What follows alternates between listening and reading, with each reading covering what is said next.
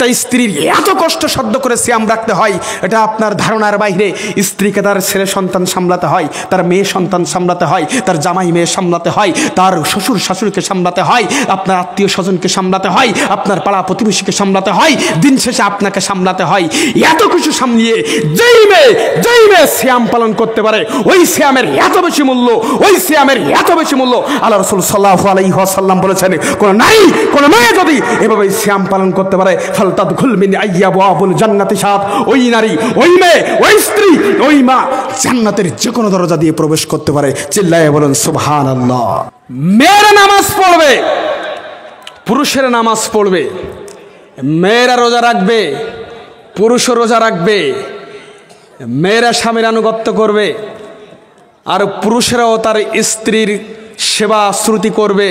কিন্তু আল্লাহ রাসূল সাল্লাল্লাহু আলাইহি ওয়াসাল্লাম বলেছেন, মেয়ে তার এই গোটা দায়িত্বের মধ্য থেকে সময় বের করে যদি সঠিক সময়ে নামাজ পড়তে পারে, সালাত আদায় করতে পারে, ফালতাদখুল মিন আইয়াবুল জান্নাতি সাত, ওই মেয়ে জান্নাতের যে কোনো দরজা দিয়ে প্রবেশ করতে পারবে। পুরুষরাও সিয়াম রাখবে, পুরুষরাও সিয়াম পালন করবে, নারীরাও সিয়াম পালন করবে। কিন্তু নারী যদি আল্লাহর জন্য সিয়াম পালন করতে পারে, আল্লাহ রাসূল সাল্লাল্লাহু আলাইহি ওয়াসাল্লাম বলছেন, জান্নাতের যে কোনো দরজা দিয়ে ওই নারী প্রবেশ করতে পারবে। এ কথা আল্লাহ রাসূল সাল্লাল্লাহু আলাইহি ওয়াসাল্লাম বলেছেন। কেন? একটা নারীর অনেক কাজ সামলাতে হয়।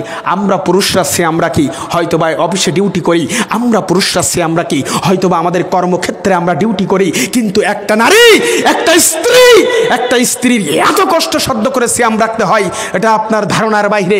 স্ত্রীকে তার ছেলে সন্তান সামলাতে হয়, তার মেয়ে সন্তান সামলাতে হয়, তার জামাই মেয়ে সামলাতে হয়, তার শ্বশুর শাশুড়িকে সামলাতে হয়, আপনার আত্মীয় স্বজনকে সামলাতে হয়, আপনার পাড়া প্রতিবেশীকে সামলাতে হয়, দিন শেষে আপনাকে সামলাতে হয়।